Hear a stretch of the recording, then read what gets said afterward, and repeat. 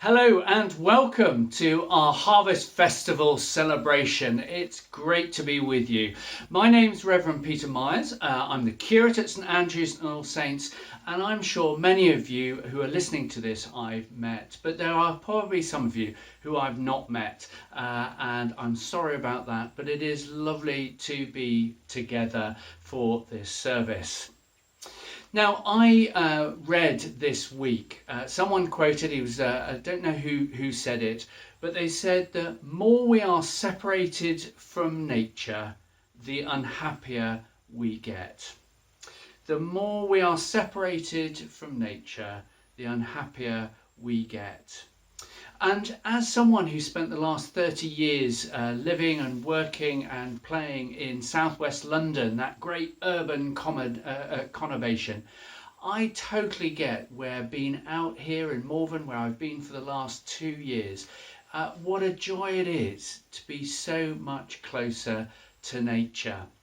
And so it's wonderful to get together and have once a year a service in which we specifically celebrate harvest and the fruit of the earth.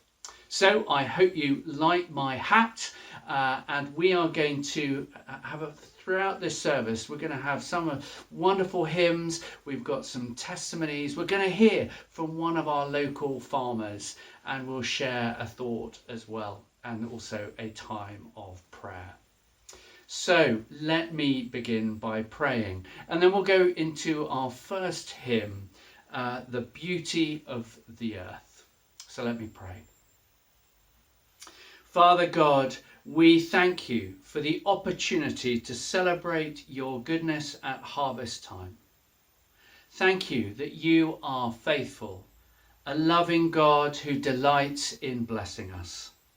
Help us never to take your provision for granted, and help us to be generous in sharing it. Amen. So let us sing for the beauty of the earth.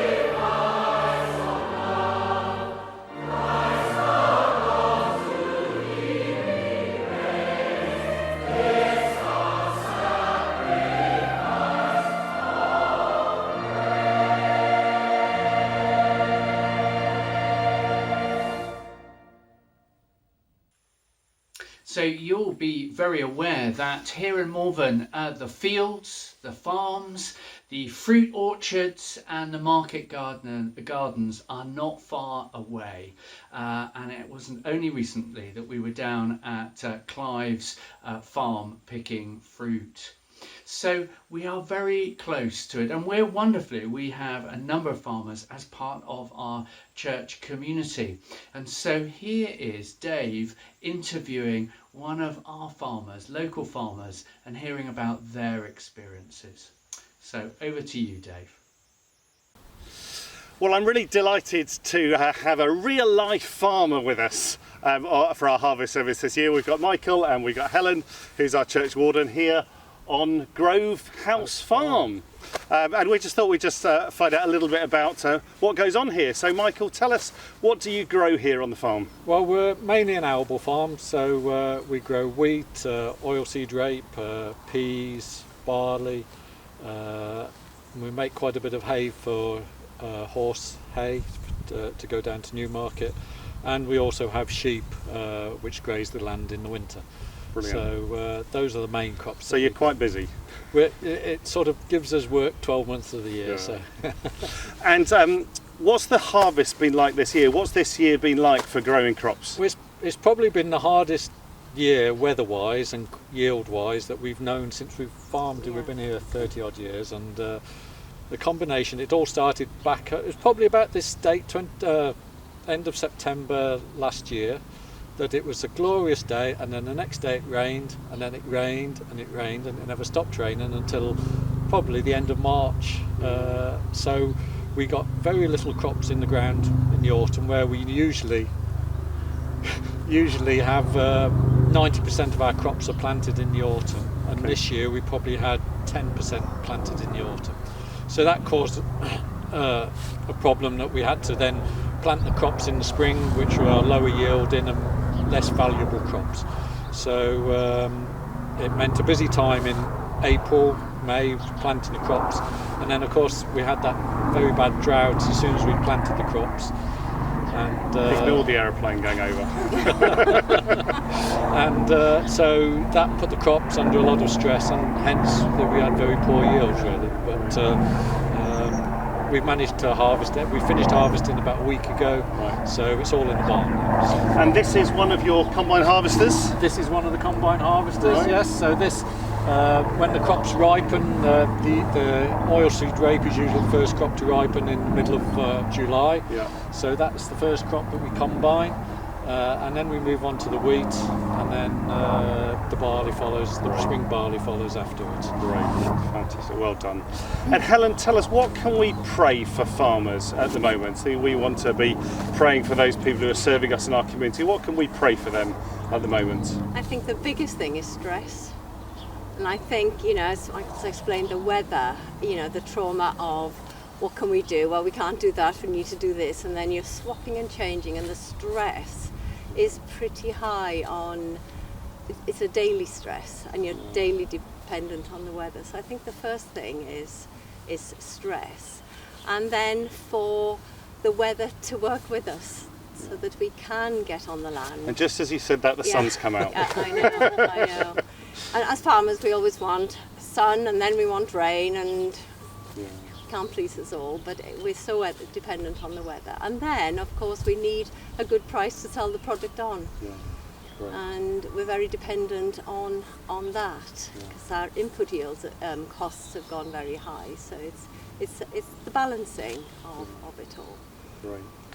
Well, we're going to pray for farmers later on in the service, and we want to say to you, as we've thanked our NHS people over the last few months, we want to say you as key workers, we want to thank you too for all the work that you've done in serving us and in providing us with food over these last difficult months, and we will pray blessing on your farm in these coming months.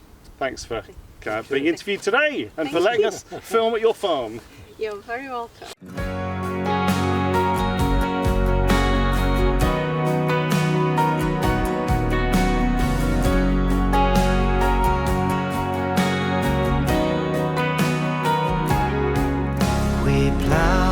Fields and scatter the good seed on the land. but it is fed and watered by God's almighty hand. He sends the snow in winter, the warmth to swell the grain, the breezes and the sunshine and soft refreshing rain. All good gifts around us are sent from heaven above. Then thank the Lord, oh thank the Lord for all his love.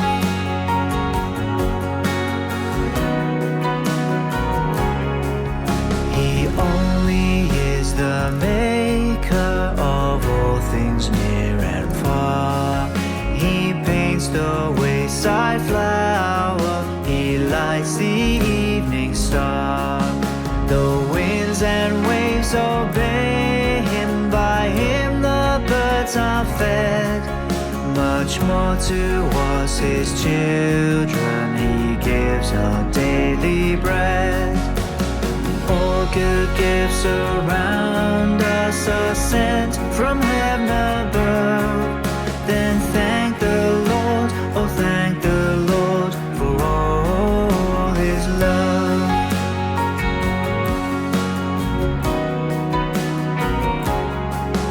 We thank thee then, O Father, for all things bright and good, the seed time and the harvest, our life, our health, our food. Accept the gifts we offer, for all thy love imparts, and what thou most desirest, our humble thankful hearts. All good gifts around us are sent from heaven above. Then thank the Lord, oh thank the Lord for all his love. All good gifts around us are sent from heaven above.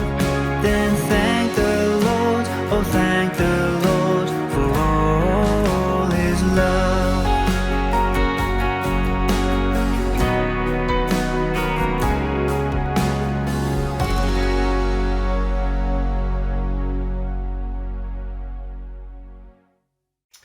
So isn't it great to be able to hear from a real live farmer, and then also to sing that hymn, "We plough the fields and scatter." Now we, I'm sure, all recognise that we do not care for the earth, God's beautiful creation, in the way that God would desire us to do. And of course it's such one of the hot topics of our generation. So let's recognise that for a moment and come to the Lord, confessing where we get it so wrong, that we, rather than nurture creation and God's world, we bring destruction. I'm hoping that the words will appear on your screen now, but let's, for a moment of quiet, just bring our own confession to the Lord, and then we will say a confession and responses that will be on the screen. So let us pray.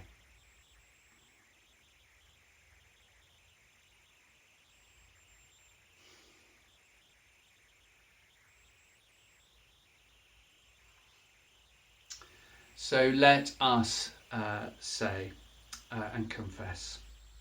We confess to you our lack of care for the world you have given us. Lord, have mercy. Lord, have mercy. We confess to you our selfishness in not sharing the earth's bounty fairly. Christ, have mercy. Christ, have mercy. And we confess to you, Lord, our failure to protect resources for others. Lord, have mercy. Lord, have mercy. So let us sing our next hymn, All Things Bright and Beautiful.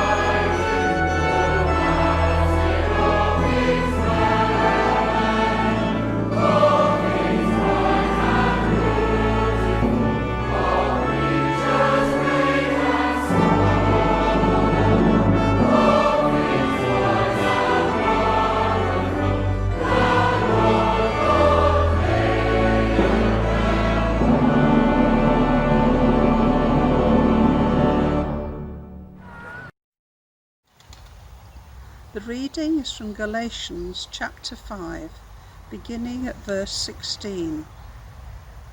So I say, live by the Spirit, and you will not gratify the desires of the sinful nature. For the sinful nature desires what is contrary to the Spirit, and the Spirit what is contrary to the sinful nature. They are in conflict with one another, so that you do not do what you want. But if you are led by the Spirit, you are not under law. But the fruit of the Spirit is love, joy, peace, patience, kindness, goodness, faithfulness, gentleness, and self-control. Against such thing there is no law. Those who belong to Christ Jesus have crucified the sinful nature with its passions and desires.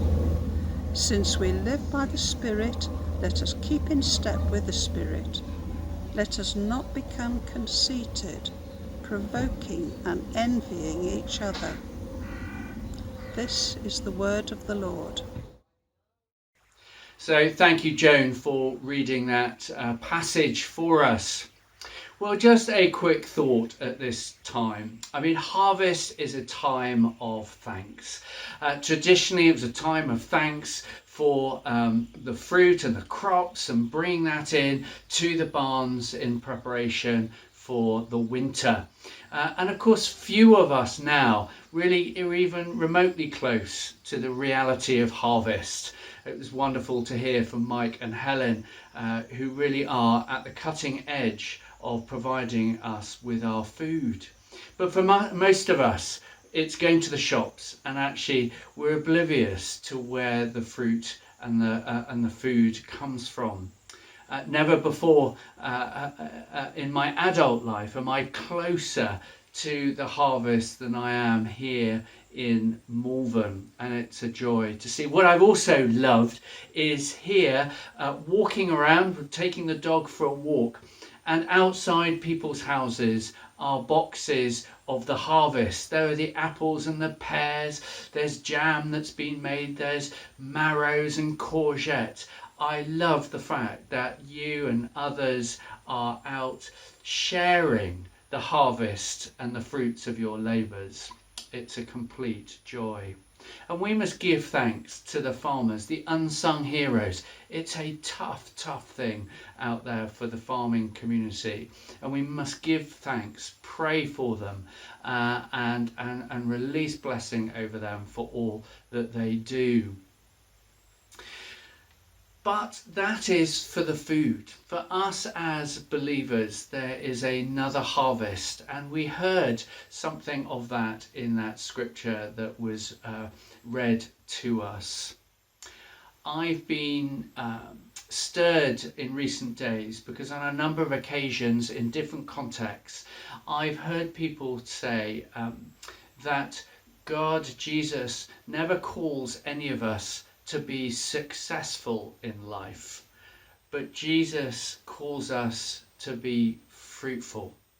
And this passage that we heard is right at the heart of that.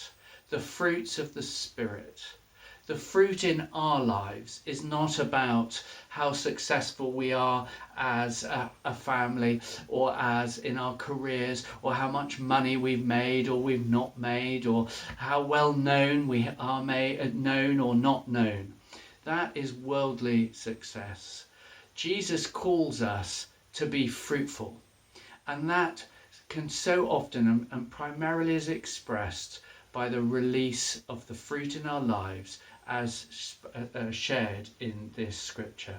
The fruit of the Spirit: love, joy, peace, gentleness, kindness, faithfulness, goodness, perseverance.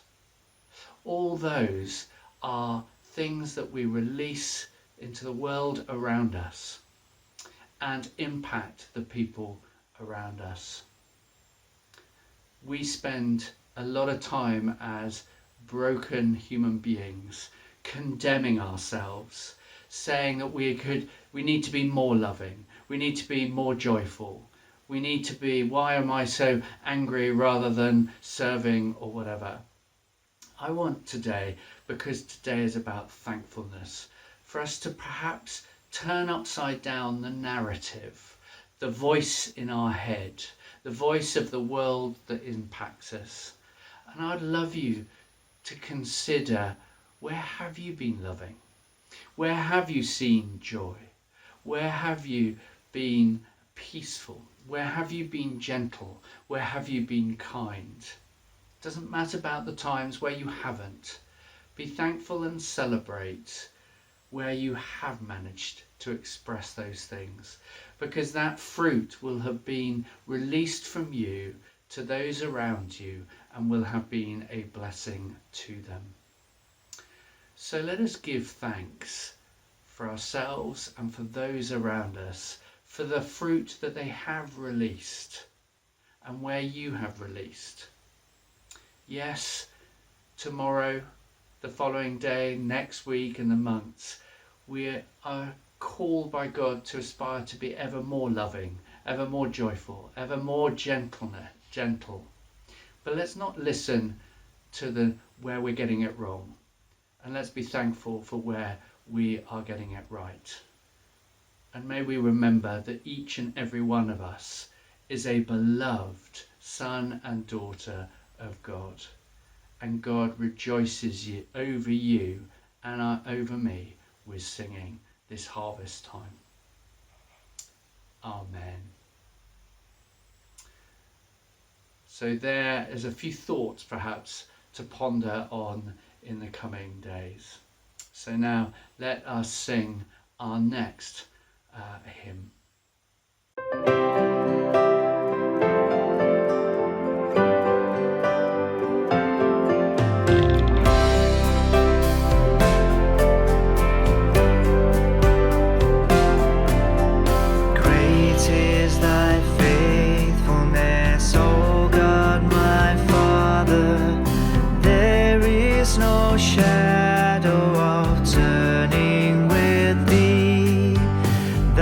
Changest not, thy compassions they fail not.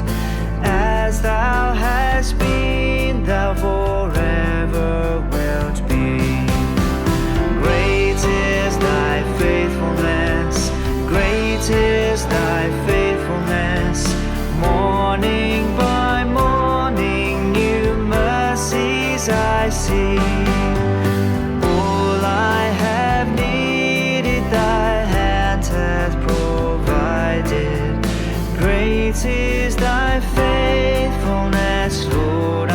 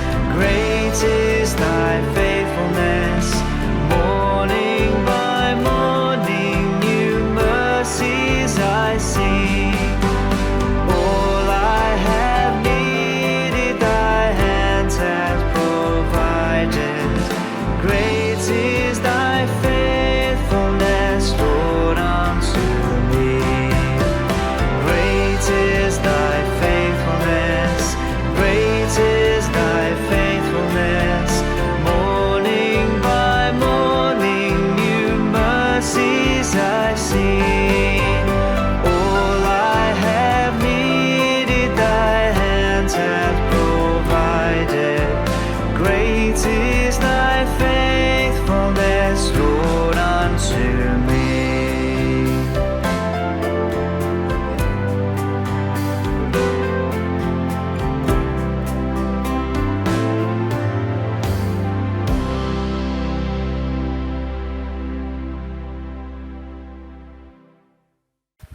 Hello everyone, I'm Rosemary Harrison, and ever since Holiday at Home started 12 years ago, I have been cooking your lunches. Chris and I wanted to share with you some of our childhood memories of harvest, what it means to us now, seeing God's creation at work. Hi, I'm Chris. I was a taxi and outings driver for Holiday at Home over the last 12 years. Now, when I was a child, I remember planting lupin seeds and watching in fascination the plants burst into life. The blooms were to be photographed by my father for the Russell Lupin catalogue. It was the first full-colour catalogue to be produced. This was the start of my love of gardening. Today I am just as amazed by God's creation in the garden. Our veg patch is much smaller now that our 4 children have left home, but each year I see the harvest, the food it provides. It's wonderful and it does need to be celebrated. I have fond memories of when I was a child, my father going to pick some of his precious chrysanthemum blooms for me to take to school for the school harvest festival.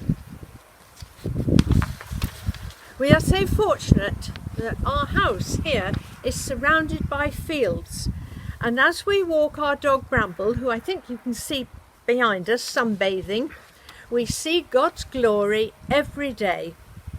The hedgerows this year are full of hips and haws and lovely brownie berries and sloes and wonderful acorns this year and masses of blackberries, a wonderful harvest for the birds. I would like to show you our small vegetable garden, and while Chris is showing you around, I'm going to read from Psalm 64, which tells of King David's speaking about the harvest. You take care of the land and water it. You make it very fertile. The rivers of God are full of water. Grain grows because you make it grow. You cause rain to fall on the ploughed fields. You soak them with water. You soften the ground with rain, and then you bless it. You give the year a good harvest. You load the wagons with many crops. The hills are covered with happiness. The pastures are full of sheep. The valleys are covered with grain. Everything shouts and sings for joy. Bye bye everyone. I hope you've enjoyed our little harvest video. Bye bye. Thank you so much, Chris and Rosemary, for sharing your thoughts. That was a really beautiful moment to hear a little bit of your lives. And I'm sure many of you listening are people who have either loved the garden or still love the garden. And it's a beautiful place to be. So thank you for sharing that with us. Let us now pray. Let's bow our heads and close our eyes. Lord, thank you for walking with us through the seasons of our lives, for the winter when we are held safe in your arms through the darkness, for the hope of spring as we are filled with new promise and life, for the summertime full of warmth and colour, and for autumn days as leaves fall to seed new growth. You are always with us. Amen. And Father, as we celebrate this season of Thanksgiving, we give thanks for the blessing of food, provision and nourishment. And we thank you for the farming community, for all they do in this country. Please grow in us, however, a harvest for the world. Come sow a seed of hope within our souls, Lord, particularly at this time of restriction, COVID, of fear, of uncertainty.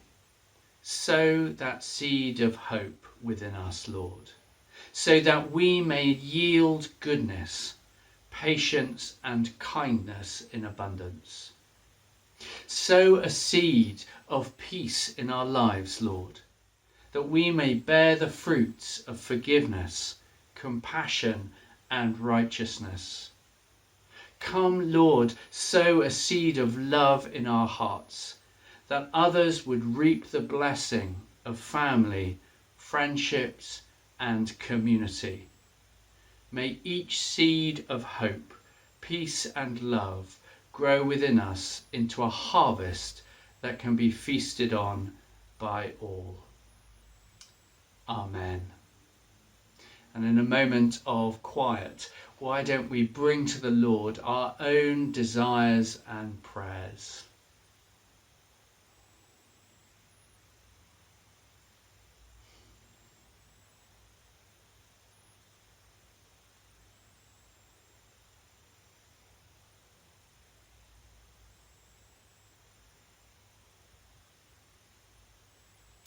So let us bring all our prayers together and let us say together the Lord's Prayer. The words will be on the screen, I hope. Our Father who art in heaven, hallowed be thy name. Thy kingdom come, thy will be done on earth as it is in heaven. Give us this day our daily bread, and forgive us our trespasses, as we forgive those who trespass against us. And lead us not into temptation, but deliver us from evil. For thine is the kingdom, the power and the glory, for ever and ever. Amen. Amen. So we are now going to sing our final hymn, which is... He's just looking for praise to the Lord, the Almighty. Let us sing praise to the Lord Almighty.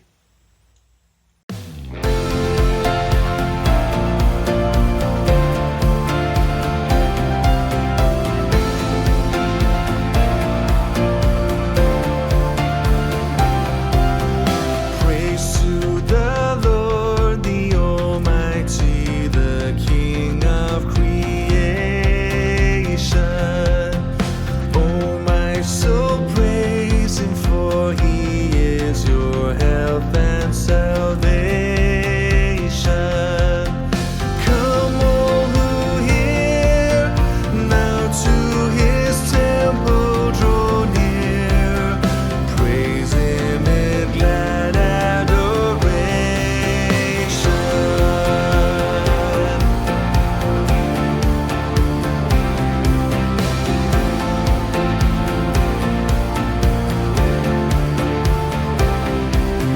Praise to the Lord above all things, so wondrously reigning, sheltering you under His wings and so gently sustaining. Have you not seen all that is needful has been sent by His gracious ordaining?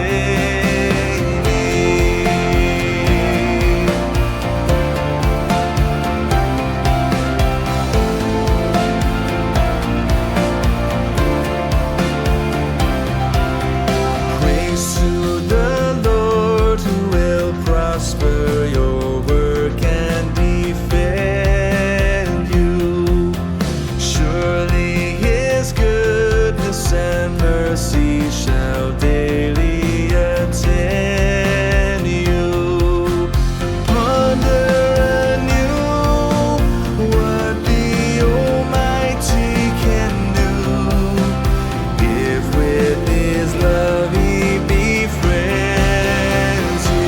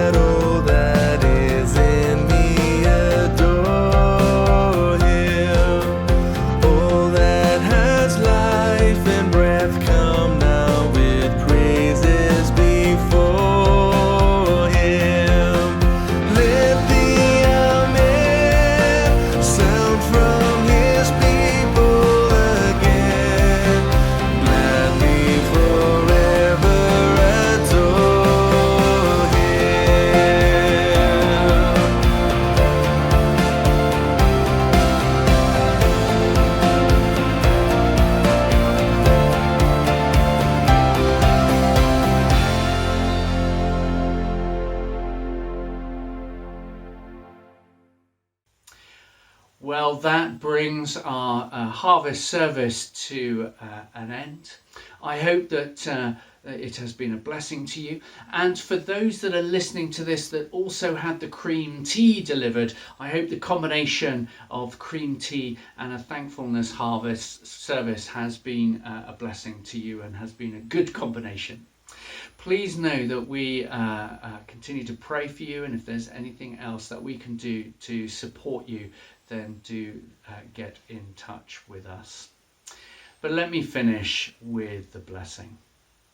The blessing of God Almighty, the Father, the Son, and the Holy Spirit be among us and remain with us now and always. Amen. Bless you all. Speak to you again soon. And goodbye.